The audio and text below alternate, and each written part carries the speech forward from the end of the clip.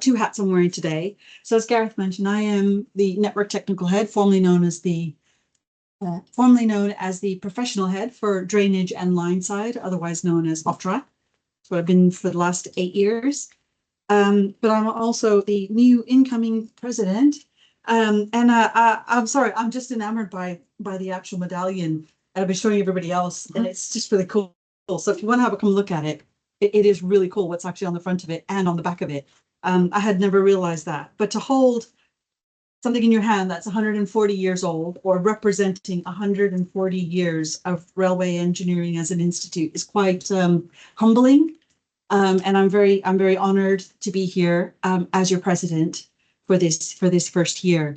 I'm a little bit out of turn, so bear with me because my presidency started a year earlier than expected. That's okay. You're gonna have to be stuck with me as a 2-year past president. So I'm still learning a lot as we go.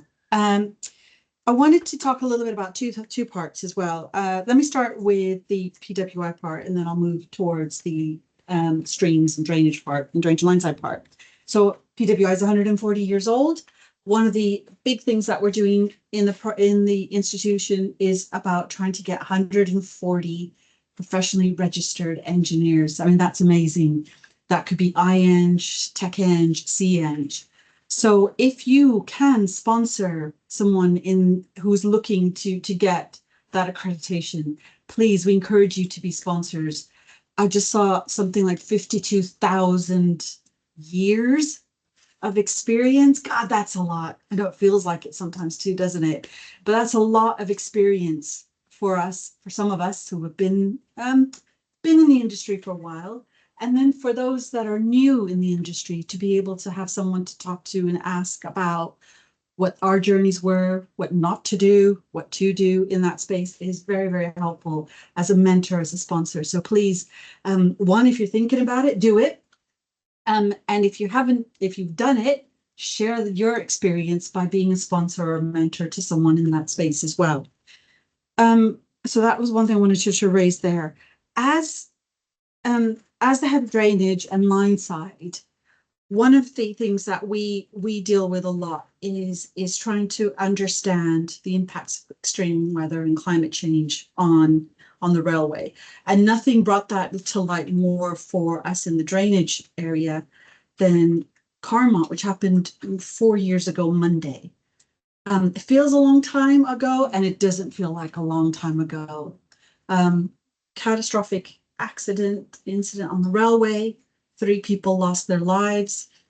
There were 9 people on the train. So it's a third of everyone who was on that train. That's another way to look at it. It's horrific. It's not a nice thing to go through. Since then, a lot of the thinking and learning and improvements we've been looking at is how to be better at understanding extreme and adverse weather. And what for me is actually it's led towards more so than ever is that the railway is a system of systems. No one asset sits by itself going, oh, whatever I do doesn't impact on any other asset on the railway.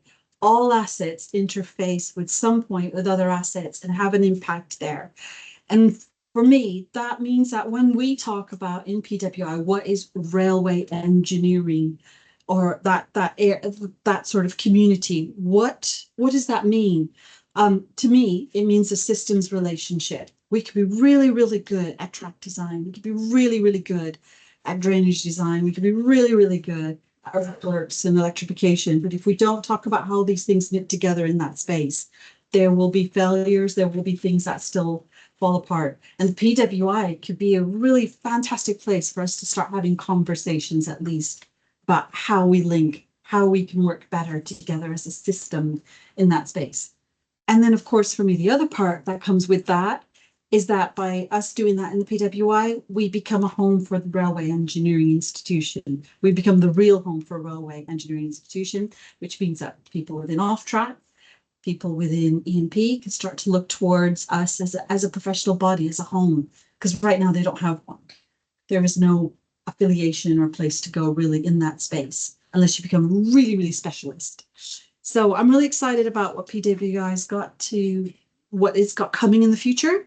and you will be, we'll let you know what's happening in that space. There will be AGM votes about name changes and what's going to happen in that space. That will all be coming.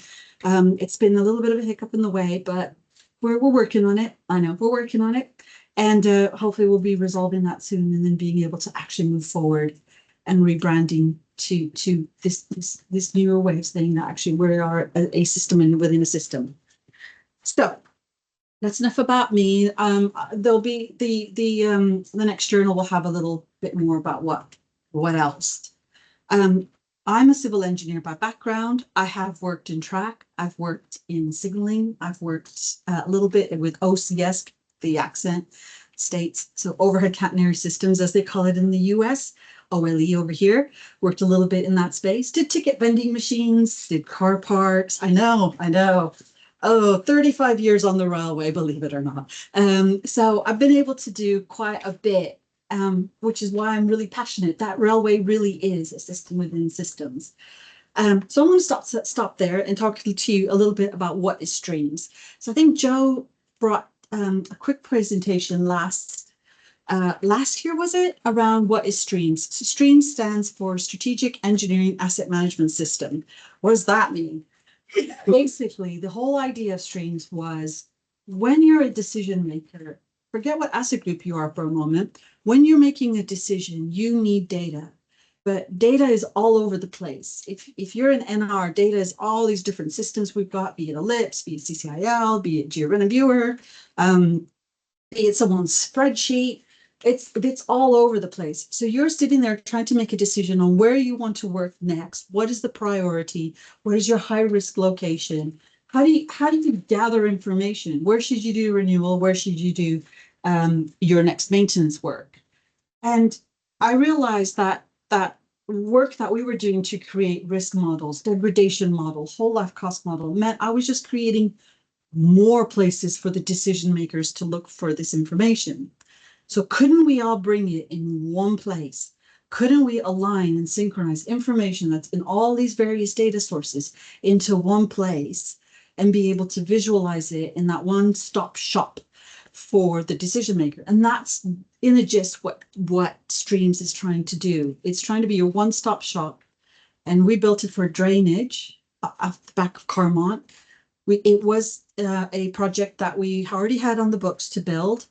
But post Carmont, it got pushed right up to the top as a priority project to deliver technology, and we built it. And release 3 went live about 2 months ago, and Jamil's there, lovely, good. So Jamil is my principal engineer in Network Rail, and he has been spearheading and leading my crazy ideas and turning them into real technology, real tools, real requirements, and so forth. And so Jamil will be presenting live demo of STREAMS and going through that as well.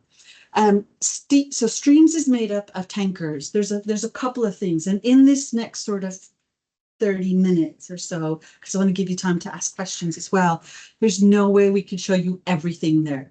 So STREAMS has content management. We can upload data and files, photos, diagrams, PDFs, health and safety files, geospatially into a map where we've got content management. So that's one element. We've got workbank management tool where we create our schemes and we build a bottom-up workbank for drainage. Well, that's in there. We've got insurance manager where we put our engineering verifications, our FAPs, any deep dives, etc. That's in another tanker. Then we've got asset risk evaluation tool, which to me is my favorite. So that's why I've asked Jamil to sort of maybe talk a little bit more about that and show you that. I'm not going to tell you any more about that until you see it. Then we've got what we call like a metric builder. So where you can build metrics yourself and say, I want to know, well, we have some pre-built ones, like what's our inventory? What's our condition data? Where do we have inspections? Where do we have maintenance going on? But you might want to specifically know about a specific request. So you can go in and ask and say, I want to know where all the culverts are that are of a certain condition. I know that's not a great one because you can filter one of the other reports, but let's say that didn't exist. You could put it in and then that page would be built and then you'd be able to have the data that you could see specifically in that space as well. What did I forget? I forgot one. That's really bad, isn't it? and my insist. They'll come up in a second. So all of these things were built separately, and they all kind of conglomerated together, and all of it is StrEAMS. DLI is the last one. Haha, I knew there was. We've want one for digitized line-side inspection, which lets us use forward-facing video to look at vegetation encroachment. That's the 6th tanker. So for drainage and line side, you go in there. Each of those tabs exists for the blue, the green, and the gray. The blue for drainage, for all of our water management that's there. The green is vegetation and trees, and the gray that we look after is boundary measures, access facilities, and pathways. So we're going to focus on ARET, Asset Risk Evaluation Tool. Jamil, can you hear me? Are you there? I see hands open, yes, but yes, I can hear you. Brilliant. Can you hear me? Brilliant. Yeah, well, I'm gonna try to crank up the volume. Where's my mouse? I think we can hear you. Any better? Is there a way? How do I? Do you know if I can hook to that? Try Control K now. Is that? Just bear with us a second, because you're speaking out of my laptop, Jamil. Oh, I know. You know what it might also be? Could it just bear with us a second? It could, because that's wanting to disconnect. Could it be one of these? It's audio, isn't it? Audio. Yeah, that's what I'm thinking. Audio settings, and then. They're a digital. Nice.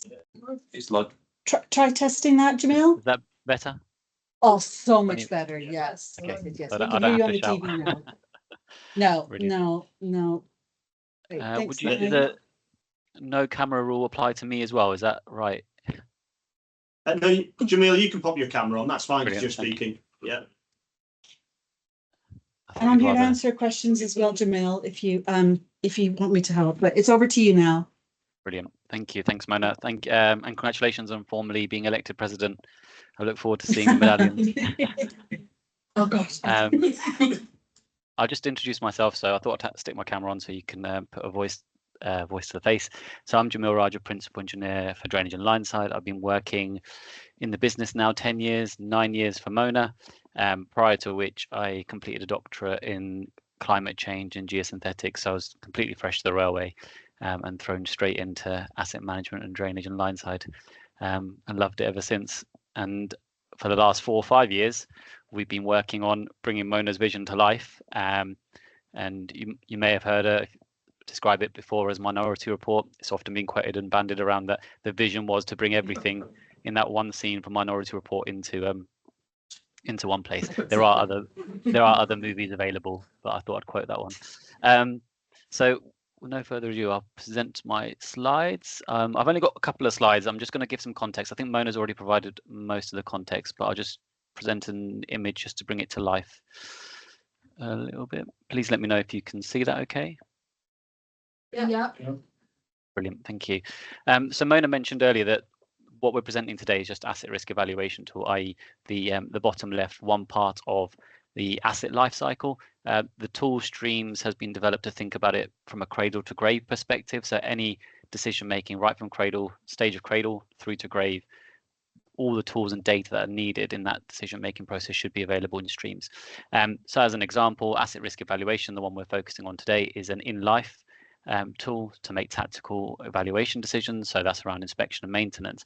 But similarly, the work bank management tool on the right, sorry, I'm hoping you can see my mouse, but down at the bottom, work bank management tool is the capital work bank management tool. So that's a tool that will be used at the cradle stage, so beginning of life or at the end of life at the grave stage. So where you want to consider renewing assets, building new assets, that's where you'd consider that tool. And similarly, we've got other tools and layers that have been built into StrEAMS, as Mona mentioned earlier. But our focus here today is asset risk evaluation tool, which I will hopefully give a live demo of shortly, which is a brave thing to do because Teams and StrEAMS ironically don't like each other very much. They're not best of friends. Just to give you an example of the complexity of what we were trying to build, this is a journey of data. So we had to map use cases and requirements, but we also had to map that journey, the data journey. So where does that data go from that one inspection record? How important, how valuable is it? And how does it, form part of the assessment, the evaluation, the criteria? So you can see there in the middle is evaluating asset risk, the orange box. The orange box follows through to different things that ARET can do. ARET short for asset risk evaluation tool.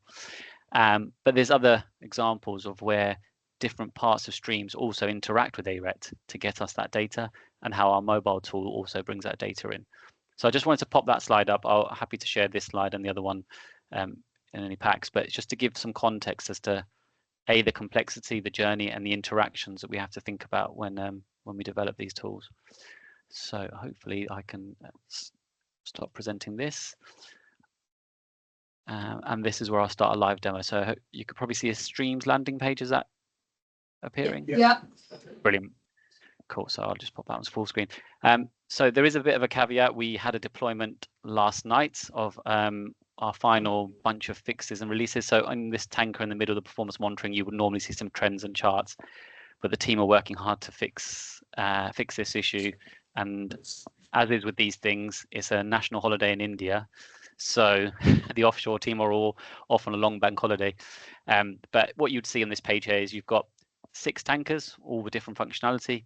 On the left there, you've got the capital work bank, so any schemes that'll be awaiting remit, whatever stage there are will show on the left. In the middle is your performance reporting. So this is customizable, as Mona mentioned. You can set your own reports and trends, and I've set my own reports. They are custom to me. I would normally see some trends and some headline figures in there. On the right is the asset risk evaluation. So that's just the landing page, the tanker. Each one of these little KPIs, if you like, or shortcuts will take me to a specific part of the tool. So if I want to look at highest risk sections, I can go through that link there directly into the tool. And on the bottom, we've got different sort of other functionality that we have around Assurance Manager, Content Management, and My Work Manager. This system is all live now. So StrEAMS has had 3 releases. The first one spanning about 19-20 months ago. We're coming up to 2 years, and we've had 3 releases on StrEAMS. We have since our first inception also developed it for boundary measures and veg. So I can click across and you'll see boundary measures and veg, and we do have KPIs available for, or performance metrics available for boundary measures and veg, but these are my specific ones that I've set up. So it talks to DLI, as you can see there on the left for vegetation, and that's all live. And each one of those 3 disciplines, the blue, green, and the grey, have their own versions of the tool now. So in total, about 9 to 12 releases of tools across 3 to 4 years. So a lot of work gone in what happened in that space. So I'll click through to AREP, and this is where it's going to be brave if this works, hopefully. So the first page that you land on in ARET is a KPI page or a dashboard. Now, these aren't true KPIs. These are, reports or metrics of interest to you, but we've shortened it and made it sort of easily relatable for other people by calling it KPIs. Now, the top KPI list here, that is user definable. So I can choose and set in on the tool when I go into it in a minute what I would like to see here. This offers users and end users the ability to, navigate to a area of interest or navigate to a topic or a function that they're really interested in, rather than having to set that filter up each time. I've got national access, so I can see all the regions, but these are all role based. So if you're based in Eastern, you'll only have access to Eastern, and then you can set up your KPIs accordingly. And a lot of people have, certain people will be interested in condition 5 assets. So those assets that have failed in certain locations, they'll set that up and they can use this KPI to, navigate to it or track it from an assurance purpose. So I'm going to click into where most of the people in the room are based today, which is York. So I'll go to Northeast. And it seems fitting to do that. So this isn't going to be reminiscent of true performance. And there we go. That's typical, isn't it? Let's try somewhere else. It was working for me about 5 minutes ago, so we'll try another area. Okay, let's stick with Scotland. I can't show you York, unfortunately, because I don't want to risk something going on there. But what we have is the first landing page on AREP. So every one of our tools has been supported by GIS functionality, something we were lacking. So historically, people, there's different types of preferred learning methods and visualizations, and maps were really important to our community. So not only have we got maps, but we've introduced loads of different layers, which I'll touch on in a minute. The table below, broken down by 8. So our network, for a drainage perspective, the assets are grouped within 8. purely from a management perspective, they offer no real value other than being able to assign inspections to that level, have some relatable, track risk models, earthwork risk models that can be related in 8th, so to keep it consistent there. But there's an example there of all the fields and things that we do track. So every 8th we'll track where it is, the number of assets, the risk parameters against it. And what the ARET tool offers is this ability to check work and progress of work and the work completed. So what I was looking to present today would be maybe 2 use cases of where either maintenance or asset management teams would get involved and run that use case and journey through. There is, I think last time I looked at it, there's over 60 or 70 different types of use cases that you'd use ARET for and more. Those are just the documented ones. So I'll just go through maybe a couple of the most common things that people may wish to use ARET for. This is all live. We've got at last count, we've got 800 plus unique users. So 800 plus users have logged in and used StrEAMS, used ARET. That's just ARET. StrEAMS is a lot more. Just going to look at a specific area. So we've got risk models built in. We are, there is a process with risk models that we are reliant on the quality of the data quality. So these risk models are improving over time, and we've got a strategy in place to further improve them, working in collaboration with a lot of our sort of academic partners, such as Sheffield University and University of Birmingham. I've just filtered there for a particular site in Scotland, so highest risk, and we can start to review some of the areas in that particular location. But you can see there it tells me when it was last inspected, and some other fields there in terms of poor condition, the number of assets that exist in that area. When I click on that location, it will zoom me straight into that location on the map. Again, really important contextual information for people doing evaluations. Previously, they would have had to look at one map, go to another data set, go to another data source, and try and bring it all together, probably in some form of Excel, to make a decision which will be communicated via email. So that's the sort of journey we've tried to make more efficient. If I go through the layers, you would have heard in the past, we've produced our own catchment data set, which is very, very exciting and received wonderful feedback. That's all on here, so you can stick on the catchments. And I will just stick on some assets so we can see how the assets look in the area. So you can see in this particular area, you've got some chambers and some pipes and a cross-track pipe there, under track crossing. I won't touch on the content management for a second. In addition to that, you can switch on other layers, and I mentioned catchment, so I will stick that on. And in particular, I'll stick on the water threat index. So you can see here, the water threat index layer is on. And in fact, I will turn on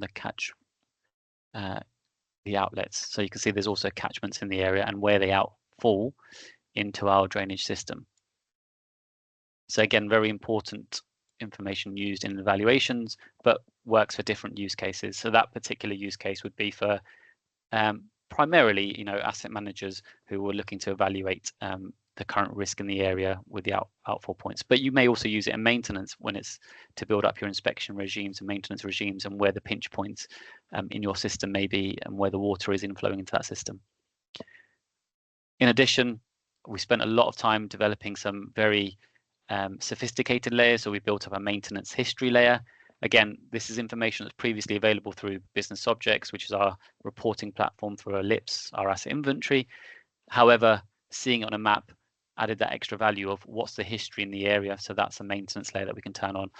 That is quite heavy and it may struggle on Teams, so I'm not going to turn that on for now. And then other tools that we've already had in terms of map layers, such as aerial survey imagery. And I'll just turn off the catchment layer. And you can see, so we've got our high resolution area imagery also being displayed. Again, available, discreetly in other tools. It's all being brought into one place, allowing people to make that decision around assets. And you can see there, this area in Scotland, they've got some very new blue lids in there, so that's great. Well, I say new, but this is probably when the image was taken. And you can start to correlate and, work out the accuracy of your system. So that's, by luck, I've chosen a very good example where you can see that the nodes in this particular area, we've got a chamber here, and a black node, which is what's captured in our asset inventory. So someone looking at this could start to look at completeness of the inventory and whether it's all connected up. And you've got an inflow from a third-party land coming into our system here as well. So all this data helps support that evaluation process. Now I'll come back into here. When you're in the actual 8th, as someone interested in maintenance or inspections, you can go in and review. Now what that will do is that will focus in on that 8th. It will give you some historical information around that. But what it will also tell you is the work that's been completed. So each one of these 8ths, we have MSTs, which are maintenance scheduled tasks. So these are scheduled tasks that you'd hold in ellipse for inspection or maintenance.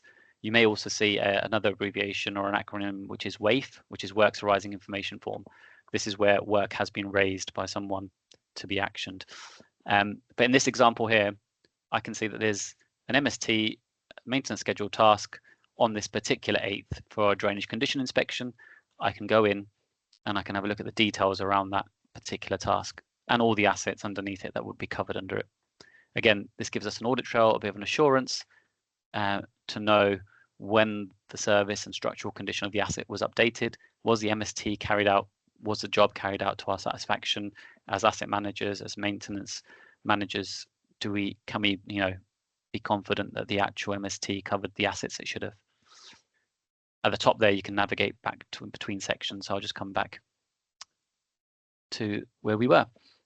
Now, alongside that, you have the particular MST. So this one, we can see the next scheduled date for the MST is 11th of November 2025. The frequency, again, I can see some more information around that.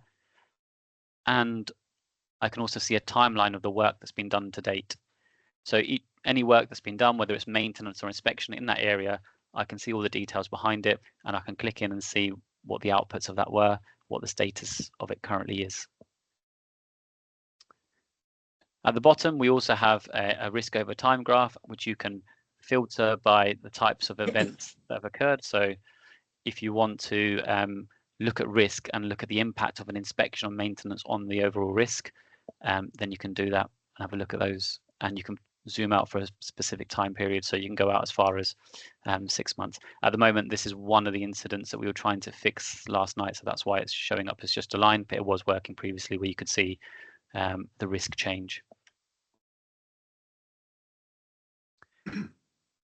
On this page, I can go in, view the assets in a bit more detail. So again, someone in maintenance may wish to review the specific assets.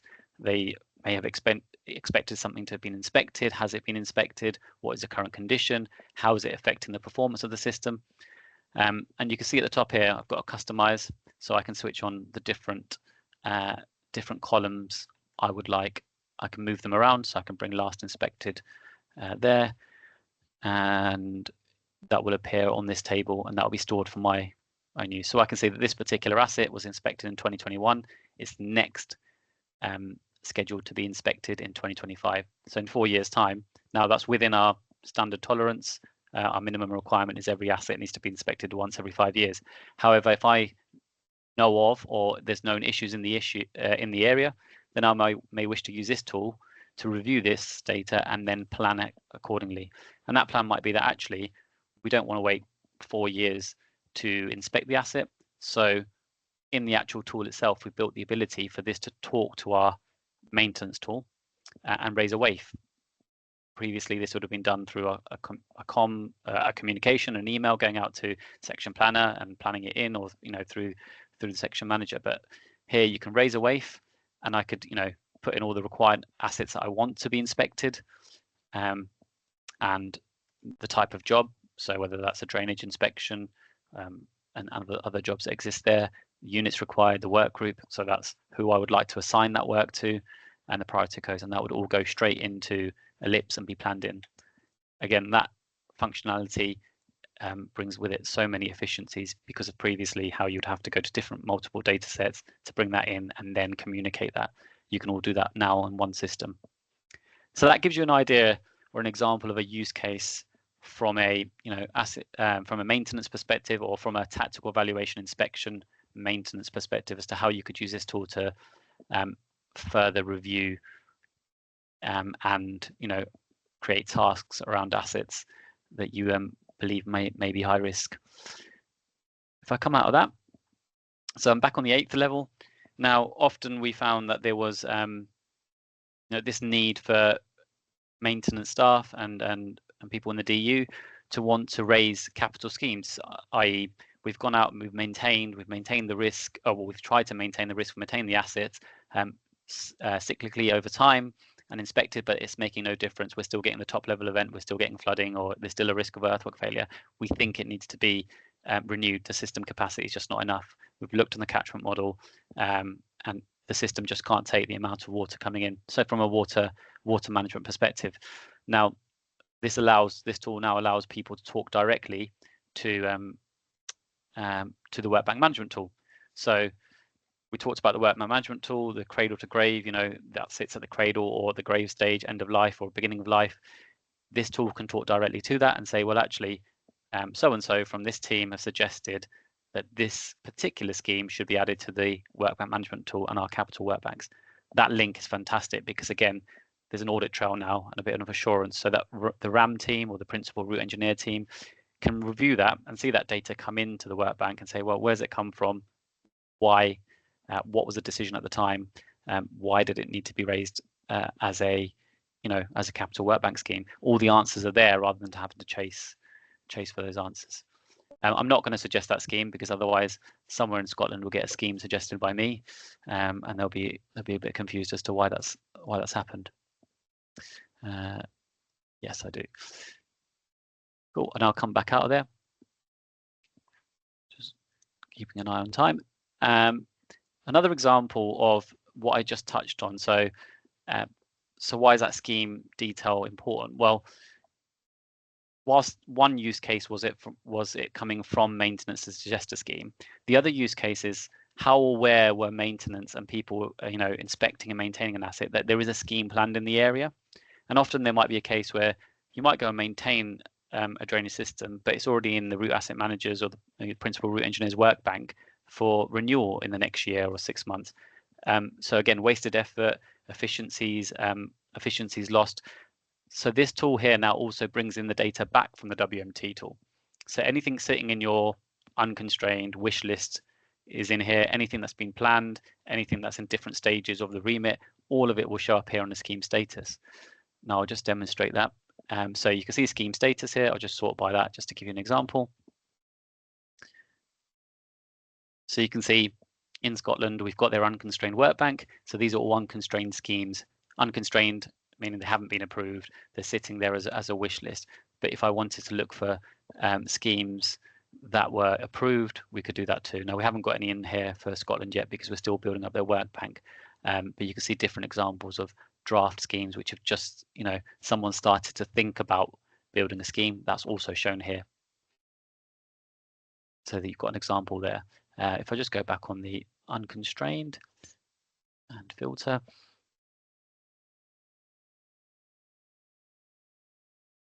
Sorry, Mona, please do let me know if I'm running out of time at any point. I'm sort of. I'll keep track. Yep, no worries. The unconstrained scheme status here, so you can see all the details around this 8th. Now, if I click into this 8th and I review, I can see the MSTs, I can see the inspections that are planned. But what I can also now see is that this is being considered for a capital scheme in 27-28.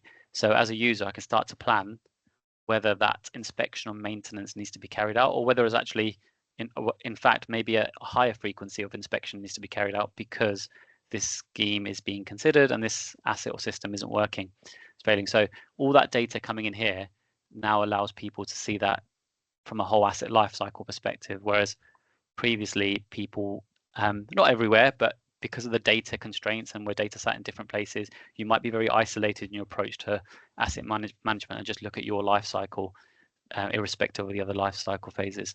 So this brings that in here as well.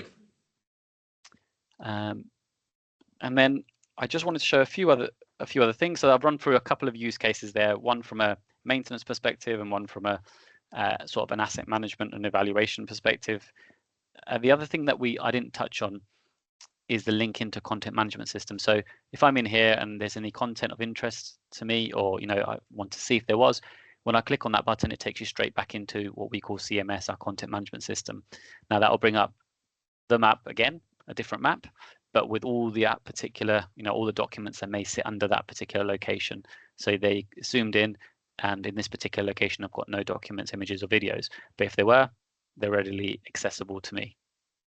And historically, we found that going back a while to Watford, images around assets, videos around assets, they can get lost on local drives and lost in various different places. And when things happen is when we need them, and then when we need them, we can't find them, or we're trawling through different spaces. And the idea behind this is that all our content is sitting in one place, in one location. But not only that, all our tools are also pulling from that.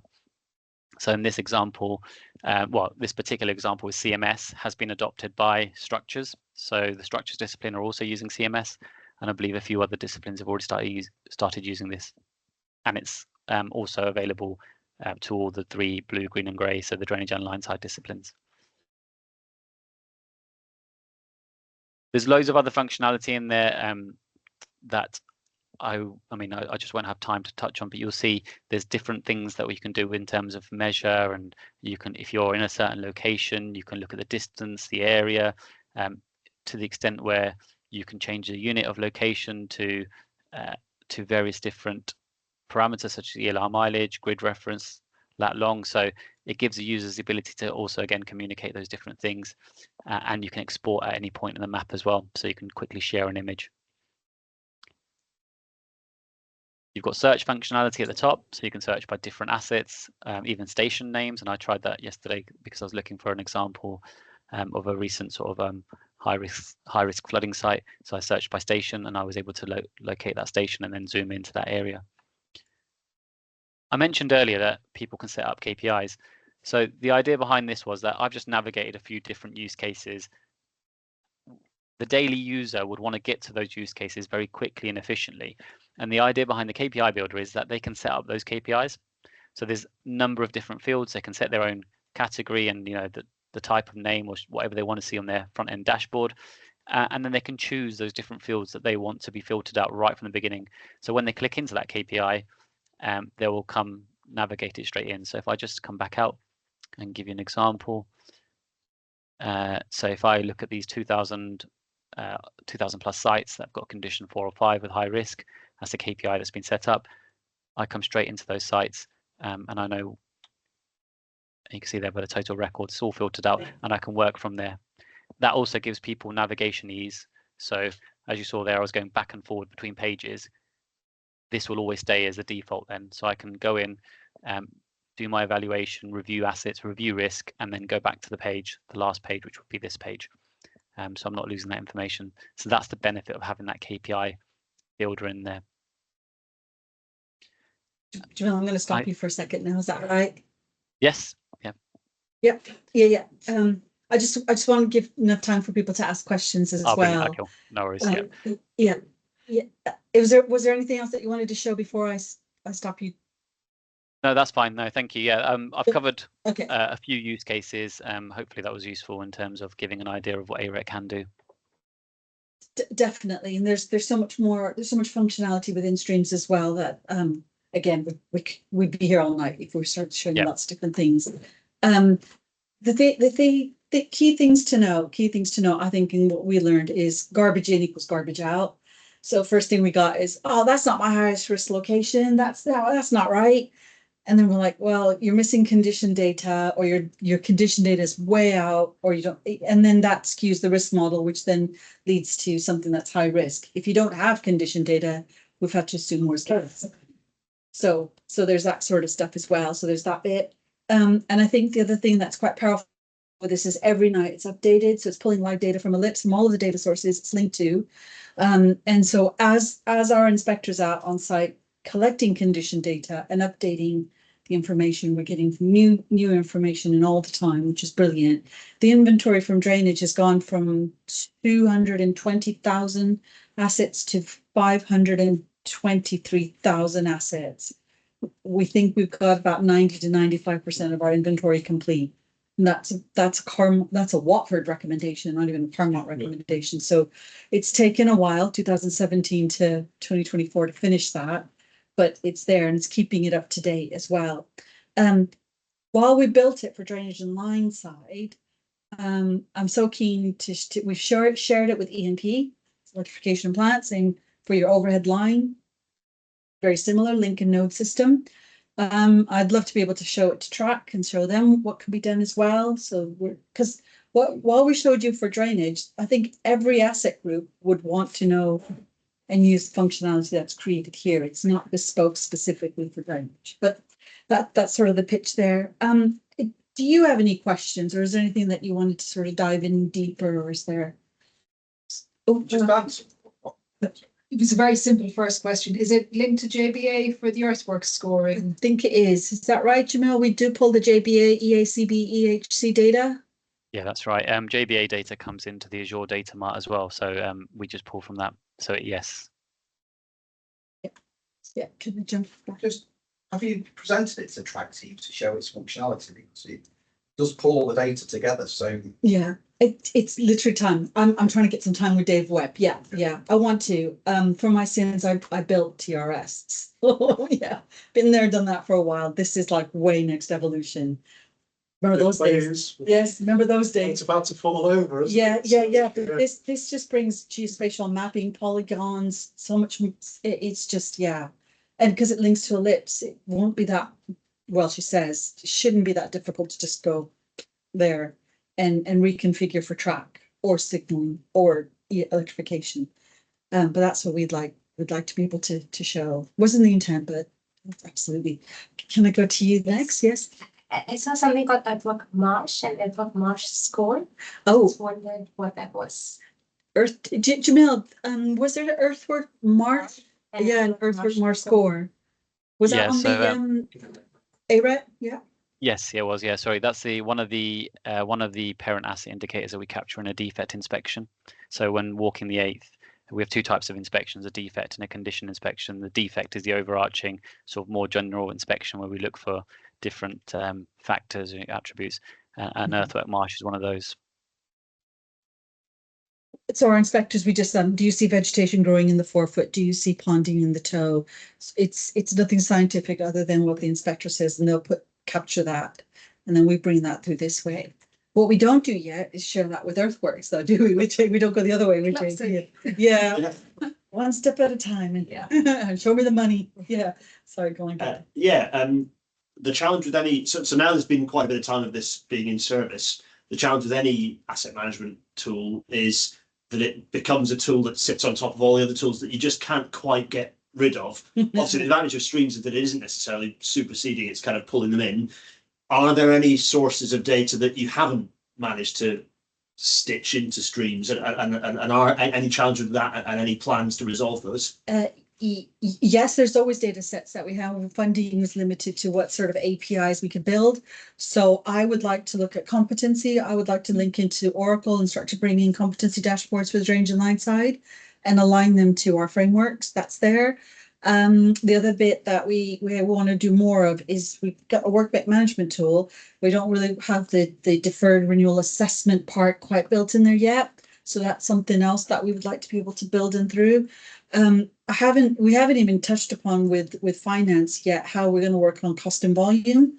I will trust StrEAMS more than I trust for Hyperion and Oracle trying to mash together unit rates.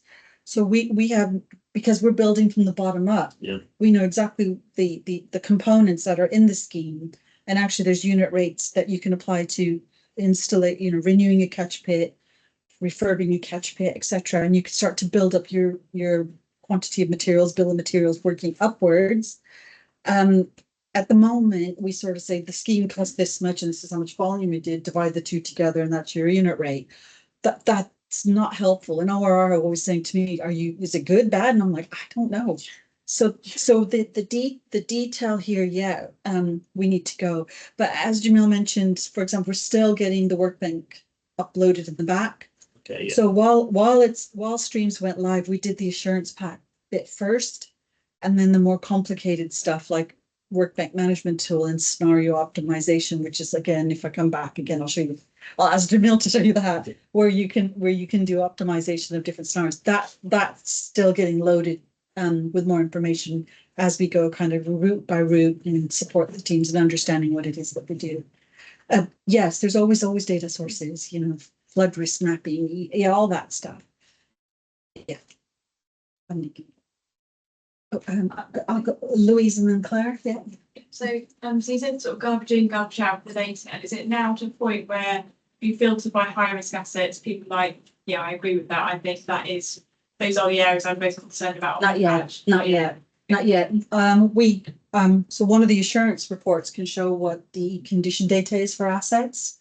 And there are a few regions that have a high percentage of blank or not inspected condition scores. And when I say high percentage, I'll accept 5%, not 20, not 25%. How do we not know since it's been installed? And we're only asking for that data once every 5 years. That's not great. So we got to first get blanks and not inspected filled in. That's one bit. The next bit is working with maintenance, that when they deliver maintenance work, to update the condition score. And then the third thing is capital delivery. Once we do a renewal, give me the data, please, and then update the condition score.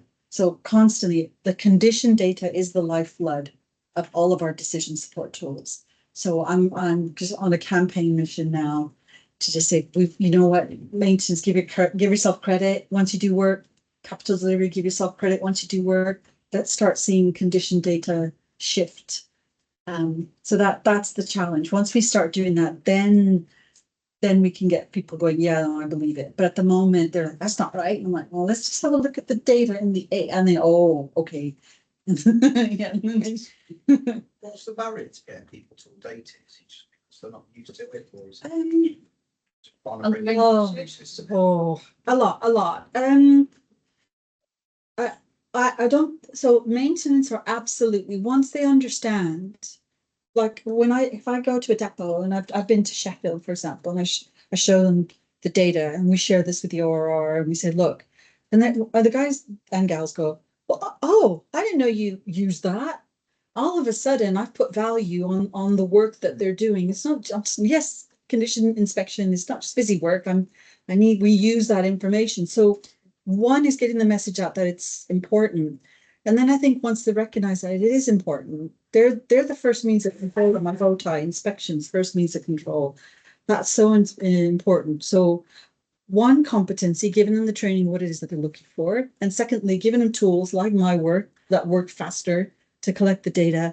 And probably most important of all is to say there's actually value in the work that you're doing. The data you collect feeds so much stuff. Once you knock that, you know, they'll happily do it. They'll happily do it. And I've gone out with some of them to look at how we do inspections as well, and they'll do it. But sometimes they don't know why. And then to me, that's kind of sad. So I want to tell them why. So that there's that element of it. My work is an internal tool. If we could figure out a way to get my work to our external supply chain, at the moment, if you want to do it, give them network rail iPads and a network rail email address. I mean, come on.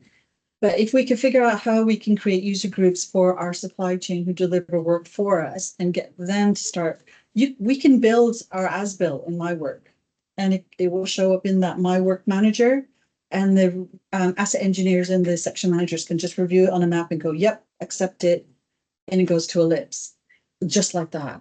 And now all of a sudden I've got a drawn out as-built geospatially with all the Ellipse data that I need in a draft form, reviewed in StrEAMS, and then boom, straight put in. What do we do now? Give me a piece of paper, give me a drawing. I mean, so to me, the allowing non-network rail people access to some of our tools and our data is got to be where we got to go next. It's beyond me, but I don't get it. I mean, it's beyond me, like I don't get it. But it also, yeah, I wish I could be in that position to go, let's just make it happen. Yeah. Yeah. So I think a specific question, and I think that this will be possible. So the earthworks team here in York, when we have adverse weather coming, We've got locations where we get alerts telling us saturated ground, you've got lots of rain coming. Yeah. So we go and, well, the teams instruct our contractor to go out, check the culverts are clear or ditches are clear, right? Yeah. One of the things, so obviously, and we've been, the teams have been doing that in advance of the new drainage teams being in post, etc. So question is if they were looking on StrEAMS, and they set themselves up a KPI or whatever to check these particular locations they're concerned about. They get alerts coming in. Would they be able to quite simply check to see when that location was last inspected? Yes. So I think that's right. Yeah, Jamil, they could do that, right? Yeah, they can do that. You can do that multiple ways. They got an NR access. Yeah. Okay, yes, that sounds really good. And the other thing is that in that catchment, we just showed you the catchment layering as it is. If you wanted to start to future look at whether you would have a problem. So catchment is modeled at 1 and 2 at the moment. When you're looking at it, if 1 and 2 is a red catchment, that means the threat is high, like right now, with normal weather. You can start to look at what about 1 in 50 weather event, 1 in 30, 1 in 50, 1 in 100, 1 in 200. So if you're doing design work and you want to start looking at what the future sort of water flow through that is, they can look at that. So if you're sending them out to do work, I know when it's an EWAT, we just want to make it okay for now. But if you're actually saying, well, don't just make it okay for now, make it okay for the next 10 years. Then you could start to look at what kind of water flow. And some it's not that much more just to get you into that next bit of resilience. That's available there. I'm looking at the catchment layer data as well. I think Jamil's just about to show us. I love it, Jamil. Not everybody's network well, but there you go. So condition data for that was for clear. Yeah. So that's that. You got 26,000, 30,000 in Anglia that are blank or not inspected. East Coast have got, that's a bit easier to read. 9,000, 6,000, and another 9,000. But let me say something. I looked at this data a month ago, and then I looked at it just recently, and you guys had moved the percentage to having condition data. So I know you got on with it. The region is on with it. That's brilliant. Others are flatlined. So I was like, oh look, we've seen a percent change. And that's not, when you talk about 1% and you've got 9,000 assets, that's not small bean. That's really good. So encourage your DUs, or it's the DUs that are doing that. Well done. We're watching, and we really appreciate them doing that. Did I miss another question? Sorry. No, just me. Oh, I'm getting excited from receiving that note. But so I was going to ask a question about the front line, and that's kind of been answered. So it's reassuring that the front line are seeing the incentives and getting involved. The thing I wanted to ask they're users of StrEAMS as well. Our section managers. Absolutely. Well, that's key, isn't it? It's got to work from both sides. No, the question I had was actually from the real troublemakers on the railway, which is the big capital projects. So one of the real shortcuts. Transparent route, where is it? He's not here, so I can be really mean. Is that Ben? No, so transparent route upgrade as one of the as one of the design leads and CREs on that project, I made the most angry noise about how poor the scope was on drainage. And how much it was just being de-scoped without any data behind it, and it was making me very angry. And I was having lots of pushback on the remit is that we have to deliver it, it's maintenance free until this date. And I was saying, well, as a track engineer, I can't prove that without knowing the drainage is going to work. So how's that? Anyway, let's just say transparent route upgrade. To what extent have transparent route upgrade been asking or been tapping into StrEAMS to understand? So I did present StrEAMS to them quite early on. At least I presented catchment, and they were like, oh, we want that data set. So I hooked them up with Georin and Viewer. Our person in Route Services looks after Georin and Viewer, and they were able to send them the data because they have their own tool, don't they? So they have the catchment data. I know they do because I helped say, yes, I approved them getting a copy of it. Yes, no problem. But I suppose it's a copy rather than them. They're not in StrEAMS. They're not in StrEAMS, and there's no blocking. As long as they're network rail, that's the only sort of thing at the moment. There's no blocking it. And even if you're not network rail, but you are doing work for network rail laptop and a network rail email account is what you need for StrEAMS. or a good relationship with anybody who does that access. So I suppose my next, if I can sneakily slide another question is, to what extent is there the potential for there to be a public facing kind of open data dashboard of not all of the information, of course, but of some of the information, particularly as we move into the new world of an integrated railway. Yeah. That information is not just useful for the public to hold us to account as an industry, but also for, you know, for those of us in the supply chain. It's also, we find it very difficult sometimes to go through network. So actually open data often is our route to finding the information quickly. Absolutely. So on the rail data marketplace, all of the catchment layers are going onto the rail data marketplace free of charge. I know. Data marketplace. I mean, that's the best you can do for now, but data marketplace is not the great place. Okay. Yeah. I know, and it's not mapped. It's not mapped. It's all going to be. And you have to get an account that's got it's. Oh, so that's not your fault. That's a rail delivery group. No, but it's good to know because that's crap. Then that won't work. Yeah, it's not open data. It's so the UK's mapped. I'm a big believer in mapping stuff out. Absolutely. Mapping stuff out. As soon as you map it, remember our good old days of correlation drawings, but as soon as you map stuff out and you're trying to link it up together, it's really, really clear whether things are not where they need to be or they're not linking up, or the data's wrong. Yeah. We had assets in the North Sea, so we knew we didn't. That we were like, that's not right, and someone just transposed the lat long. That was okay. Flick that on, and it goes in the right place. Sometimes it's just as easy as that.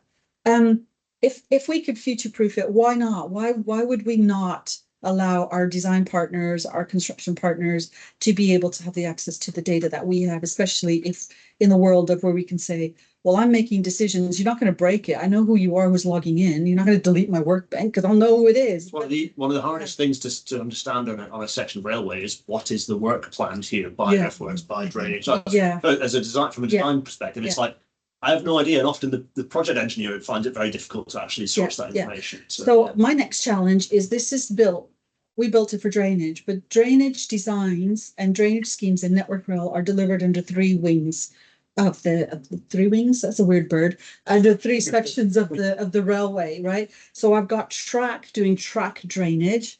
I'm going to twitch because there's no such thing as track drainage, but there's track drainage. Right, then I've got earthworks doing earthworks drainage. I'm going to twitch again because drainage is a system. And then we have drainage who are trying to do drainage, right? So depending on which region you're in, they don't talk to each other, or they are the same, or drainage do them all. And so when I talk about the workbank management tool, that's the drainage, the senior asset engineer drainage, the route asset engineer drainage, whoever they are, that's them, right? But if you go to track and they're putting in drainage, their workbanks aren't in there. So that's so painful. Yes. So I can write it in the standard that all drainage schemes must go through there and must be signed off by the RAM. Does that mean it's going to happen? Maybe not, but we're trying to get there. That's what we're trying to get to. So I need to sell it to the community to go like, we need to put these things in together. So again, you could see the schemes and the asset groups. Yes. I'd like to ask a high-level policy question. Oh gosh, okay. But you're a professional head, so it's fair game. Sure. Wait, which hat am I wearing? We're in open season. So Come on, go for it. The impact of climate change is accelerating. Yes. And within the context of some challenging control period funding settlements. Yes. Network Rail is trying to move as quickly as possible to make the railway more resilient. Yes. How soon do you think we're going to be in a significantly better place? Oh, okay. Is this like a 10-year task, 30-year task? Probably. What do you think? Yeah, probably 30. So legacy drain. I kid you not. When Jamil and I, our first jobs when we first started working together, was that 8-9 years ago, was let's actually update and do the CIV 005 standards. And we were looking at the standard at the time. And one of the track standards when I talked about drainage designs was, I kid you not, I'll send it to you. It says something like, it's really hard to do this. Oh my God, how can you write that in a standard? You know, like, so I'm paraphrasing, but it was something like, it's difficult. So, but that doesn't help. And then in earthworks, it wasn't clear. So we're putting in, you should do catchment assessment. You should look at climate change. You should look at the consequences of having, Oh, was that weird? Is that me? We should start looking at whether we have redundancy, resilience built in. Oh, So we just check everyone's muted. Thank you. yeah, someone's not. I think the kids are, dinner's ready. So when are we going to have well, our former chief exec asked us, how much is it going to cost to build a resilient railway? We all went like 500 billion. I mean, really. So the reality of it is resilience is going to have to come in two ways. New designs and new schemes that we put into the ground that actually are designed for the water flow that's coming towards it, including consideration of climate change projections, and then looking at whether it can meet that demand. So that's one thing. Right now, we don't even know what we've got, whether it can meet the demand or not. And the second thing I'm going to say is that I talked about the inventory going up, more than doubling. Do you think any of those assets were maintained in that doubling, right? So we could improve resilience by just maintaining what we now know we have and sorting that out. Water's brilliant. It's horrific and it's brilliant. It follows the path of least resistance and is going to flow downhill. It's simple. So if we clear the ditch, it will start to flow. But sometimes we clear the ditch and that water then floods the track. And they're like, oh God, okay. So no, we do look block the direct because we're going to flood in the track. We do this. We've done own goals all the time. So looking at the system of water flow through the network, maintaining to see that flow is clear. Service is the thing that moves a lot. Structurally, you're probably not going to be changing drainage too much until you do a renewal. So the big thing is service, is water flowing through. So yes, new design, new schemes, brilliant. Drainage got more settlement in CP7 than it did in CP6. Carmont, I would say, probably led to that, not an enlightenment of our senior leaders or the ORR or the DFT. It happened post Carmont. I know it's not a nice thing to say, but Must be huge. Yes and no. We've only just got a work bank management system, so where's the backlog? And we beat up maintenance for having backlog. So where's the backlog? Right. But that's what we do. We penalize people for not doing the stuff that they said they might want to do. So we don't. And so for me, it's frustrating that we don't have a true backlog of maintenance work, and we don't have a true list of this is my prioritized risk-based benefit aligned work bank. But we now have a tool to start that journey. So watch out, CPA. We will be in a really solid place for that. So how long will it take for us to be resilient? How long will it take us to maintain all the assets that we currently have to a 2, 3, or 4 level? And then when will we have designs going into the ground that are designed by competent drainage designers that understand hydrology, understand how to use catchment, understand how to size pipes? You just don't copy and paste what we've always done before. It's broken, I'll just replace it. Oh, it's this big, I'll just put it in this much. That's not designing for hydrology or hydraulics. We need that competency upskilling in this space. So once those things happen, we will be resilient. That's a politician's answer back, right? Okay. Just following on from that question, what do you think the emerging risks are with climate change? What do you feel like the most emerging risks are going to be? Track washout? Is it going to be track flooding? Is it good? What do you see as the emerging risks? Landslips and flooding and washouts still. Yeah, and probably more wet beds. More wet beds. Yeah, wet beds leading to the truck quality problems. Why I say that is, again, going back to that maintenance stuff, we've just left it. So we do a lot of ballast cleaning. Brilliant. Have we cleaned the shoulder so water can go through and down? If you haven't, you've just created channels, right? So the water's flowing through that 4 foot. Yeah, canals. We've created canals, exactly. In the earthworks, again, the majority of the assets we found for drainage, that 220 to 523,000, were all mainly in the line side. So vegetation growth, all of that's got to be cleared to be able to get that flow going through. So we've got more challenge there, but then again, it connects to the track, and then, oh no, where's it going to go? So we've got to do that as well. So until we can look at drainage as a system and think about multiple inflows to one discharge point, that's a system, and we got thousands of them. Until we can start getting that flow through, we will still see landslips because water's got nowhere else to go. We'll still see flooding because again, water will got where is it going to go? And so I think we'll start to and then the weather's not going to help us. We're not seeing more rain, we're just seeing it concentrated in one downpour, and that's not what we like in drainage. We like a nice steady sprinkling drizzle. That's the best bit. These flood flashes of water are not great for any drainage system. Just a secondary message is the government now, we're talking about policy, have got a policy of extra building and building on Yes. field sites. Yes. Sort of stuff. Yes. That tends to increase in Runoff, an yeah. area of the surface runoff. Yeah. Has there been any thoughts about how? Yes. You're right. Yeah. So the government are also changing the Flood and Water Act to mandate SUDs. Whether we do SUDs right is a separate thing, but you have to now do sustainable drainage systems in councils and developments in all work. We Network Rail have asked for exemption because we cannot be mandated. It's going to be very difficult in the type corridor. We have to mandate it. Yes, on stations. Yes, at any of our build. Absolutely, we should. But in the corridor, for them to come and say, "Oh, you got to put a pond there." Oh, it'll kill us in funding and space as well. So we've applied for an exemption for Schedule 3 of the Flood and Water Act, but that's coming. So consultations have come out, so I'm expecting that to go live, and then you will see more requirements for SUDs, and there will be a SUDs advisory board that will mandate if they don't do it. So, which means house prices will go up. But there you go. Yes, I'm just keeping an eye on time as well. Oh. That's one online was a question. Oh God, I'm really sorry. I do this No, all just the one, time. actually, the one, I think. So that Okay. one is bridge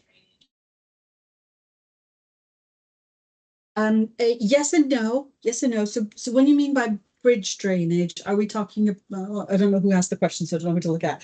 And when we're talking about bridge drainage, are we talking about drainage that's coming off of the paved surface, coming down to us, or are we talking about underneath bridges? What are we talking about? Bridge drainage and trap drainage? That person might be typing furiously as Oh well. yeah. Okay, yeah. If I Or can ask, can I yes. speak? Yes. I Yeah, was yeah, thinking that's of fine, yeah. under bridges where the decks Yes. have to be drained, typically under ballast, but also road over bridges where sometimes the drainage comes off the end. Usually it's actually carried away from the bridge, but it's more under bridges I was thinking of. Yeah, A Dave, lot of so metal under absolutely we bridges, do. water doesn't help. No. So I'll say it depends. So the road, any drainage off of paved roads, highways, etc., we will record that as a virtual asset, and it's an inflow asset. We'll call that a node, a ghost node, a point node, and we put that in as an inflow. So we recognize it that way. If it's a network rail bridge and say it's got weep holes or down pipes, those assets are actually connected to the structure itself, but we will, if it's just discharging onto the truck, we will actually record that as an inflow as well. And so that we're aware that there's a water source coming in at that point, and then it's part of the system flow. So we do that as well. And then tunnels gets really complicated because it's part of the hydrostatic pressure and oh God, yeah. But yes, we do. We can put ghost nodes or virtual nodes in where we have inflows of assets that maybe aren't necessarily something we look after, but is discharging water onto our land. So that was, hopefully that answered your question, Dave. A second. Yep, thanks. So in terms of what you were showing earlier with where the drainage assets were, Yeah. Does that show you the depth of the existing? It's like somebody heard me speaking about this earlier. Right. So when we started the inventory and actually in ellipse, we were looking for XY coordinates, lat long, northings, eastings, ELR mileage. That's not geospatial. We want geospatial data. There is in ellipse an attribute for depth, but it is not very well populated, not very well populated at all. And I dare not ask business to go, I know you did all the inventory, but could you just go and collect the depth? So we don't have it everywhere. However, we do have topography, we've got contours, and we can make some general assumptions about depths of catch pits to understand flow gradient. If I could do it again, yes, we would have asked for X, Y, Z, but we don't. So yeah. But can that be updated as they go out? Oh, yes, further? yes. So you will capture that data in time. I presume? There's a field for it there, and yes, absolutely. Our designs as they come in, we would expect that to be populated, and we can fill that in. At the moment, it's not a mandatory for our inspectors to calculate to capture it, but it can be, yeah, because there's a space for it for us to populate that in. Yeah. More questions have popped in. There's- Yeah. So, Oh. we keep coming. So you mentioned applying for mandated SUDS exemption for rail corridors. Yeah. Would consider point stations. What's your thoughts about other urban interfaces like level crossings? Oh gosh, SUDS and level crossings. They probably could help. It probably would help. I'm a big fan of SUDS. So all SUDS is the concept, if I'm going to really simplify it, is that you hold as much of the water that's coming onto your land. You hold as much as it on your land, and what you're trying to do is basically help rivers overtopping. So don't just keep dumping it all into the rivers. It's about trying to hold as much as you can. Then you start to look at blue-green solutions, vegetation, the use of planting, the use of vegetation to absorb water or to maybe direct water in a different way. So when we talk about SUDS, it's not like concrete walls or anything like that. You can plant stuff. You can look at upstream, more vegetation. So you look at blue-green solutions to support SUDS designs as well. So I do support SUDS overall. Even in the catchments, we should be doing SUDS. Level crossings are such a fine point as well. So I think it's about us working with the roads and being a bit more understanding about, especially if the level crossing is the lower point. Again, water flows downhill. So if the railway's lower than the road coming towards it, which they usually are, the water's just going to flow off that road onto us. And so that's going to be something that we need to probably look at with better ditch designs or sort of designs through the level crossings to take that away. And then what do you do with it? Then you use SUDS. Yeah, but we haven't done anything specific into anything more specifically. And just last one line, so how often is ground penetrating radar deployed to analyse existing ballast and drainage conditions? Who is this people? It's great because actually there was an Infomonic project that I was actively engaged with. So the ask was, can we get something mounted on a train that would run at speed, that we could x-ray the ground and look at what was on the ground? There was a company we worked for. They were brilliant. Yeah. There was a project called Infomonic under Innovate UK that was using new IP radar technology. I'm going to so undersell what they did because it was so fantastic. They used the GPR in an elliptical shape and it whipped around in a circle. And as it moves forward, it's taking the ground, doing a LiDAR scan of the ground. It can go 3 meters deep, but it can also look sideways and through walls. I was working with Patrick about using it instead of CAP. Then stuff happened in the project. The partnership broke up. I know, don't. And then we're like, so the people who own the IP started working with Tunnels team, and they used that technology on the DIFCAM project to look through the tunnels and to look at tunnel lining. And they're using it now as an attachment on trolley walking through to look through tunnels. Now that concept is brilliant. We can look for voiding in the tunnels. We're looking at voiding a tunnel lining. We're looking at pockets of water, pockets in that space. That there was a demo done in 2 of the tunnels. So the technology's been deployed in that way. What we now need to look at is, can we deploy that technology looking down as well? And for me, put it on like PLPR, put it on something that will run through and use that instead of CAT scanning. So you could look underneath and say, let's just map out the underground. So it's possible. I've seen it. We did a little bit on the test track as well at Tuxford. and found some buried rail. I was like, well, what's that? But that looks like a big chunk of buried rail underneath the track.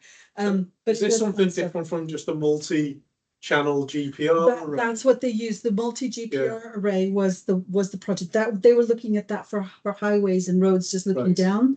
The one for tunneling is mounted on it's the same technology, but it's mounted as an elliptical spinning thing. And I know, and it's just spinning really quickly, taking scans as it's going through. That's why hitting the tunnel surfaces. But could we look through retaining walls? Could we look through walls at stations to say whether we've got problems with hydrostatic pressure on the other sides? The answer is you can. We just needs to go through a bit more. So Patrick was on our exploitation group. Yeah. To say, because he was the one who's like, oh my God, I want this one. So yeah, then I can know if there's a big blob of concrete before I do my excavation.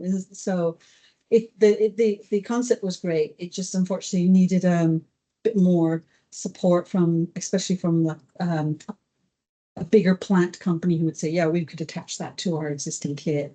So more to do in that space, but we're using it for tunneling. So it's possible. It needs to grow from there. Definitely. That's what, who's that's a brilliant question. It's almost like they knew GPR. Yes. The range. Oh, did you have one? No, yeah. No. Go for it. Sorry.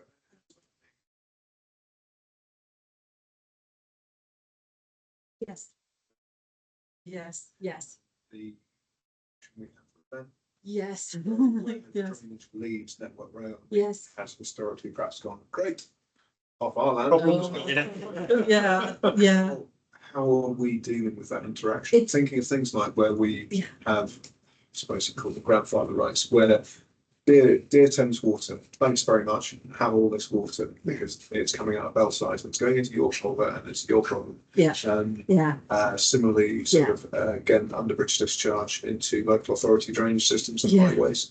How are we working with them it's not great. It's slow and it's very higgledy-piggledy. So sometimes the recipient of the discharge water is very happy to have it. Canals, I'm thinking Birmingham, the canals, they love it, especially when it's hot, the river, the waters, please can we have more?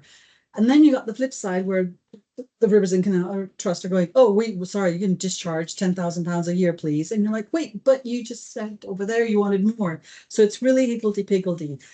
Most of our discharges do happen to natural water courses, streams, rivers, that sort of stuff as well.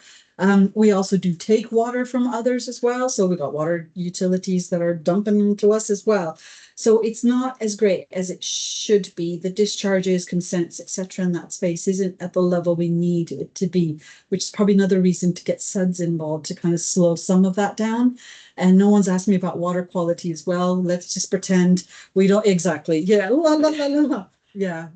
So that's a whole nother challenge. Well, all of the Environment Agency has classified the railway as all highly contaminated. It's all highly. I almost want to disprove them to say that's not contaminated water. Actually, yeah, we had a presentation about King's Cross. That interesting discussion. But we could be here for a long time. The diversity of questions is indicative of a lot of interest in the subject. So, firstly, I want to Mona and also Jamil as well. Thank you so much.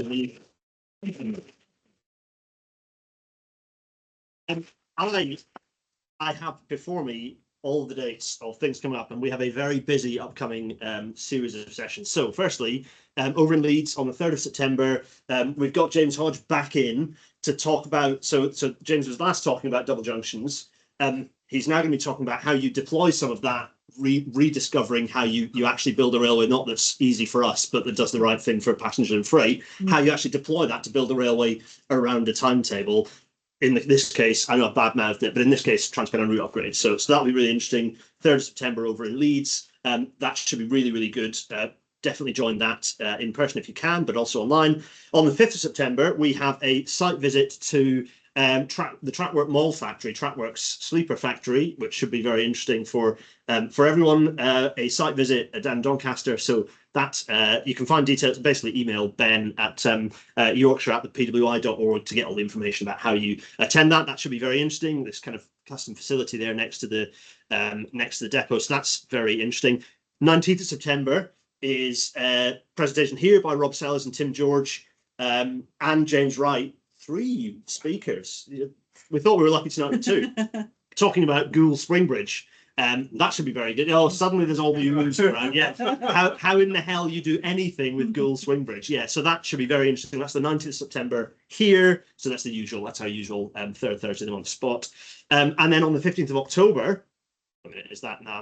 No, the 25th of September is Nerif. Please attend Nerif. I will be hosting Nerif. It will be at the York Priory Centre, Priory Street Centre, which is always very good. We'll have 3 papers covering a Tell everyone what NERO stands for. Sorry, the North East Rail Engineers Forum, which is basically all of the professional engineering institutions combined to have an evening. It's kind of like a day seminar, but squeezed into almost this slot, except there's free food as well. So come along and get free food. Then on the 9th, so that's then on the 15th of October, we have another site visit to British Steel. So if you want to go to Scunny and look at them rolling rails, then you can do that. Again, email Ben.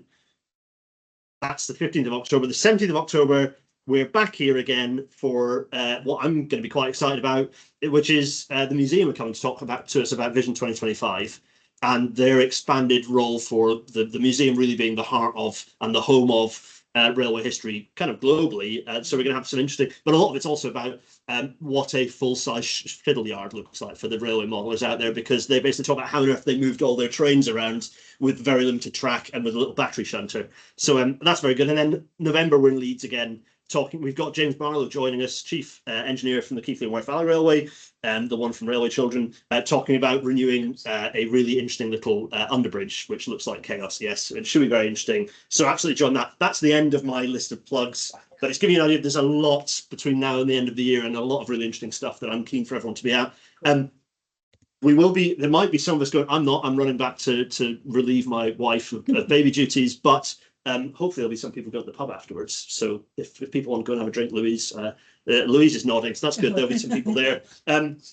That is that's all of my notices. I just want to say another thank you to the Nerf booking link isn't working. Thank you to those messaging. I'll see if I can go and fix that. It should be, but I'll check it. Mona, Jamil, again, thank you so much. That was fantastic.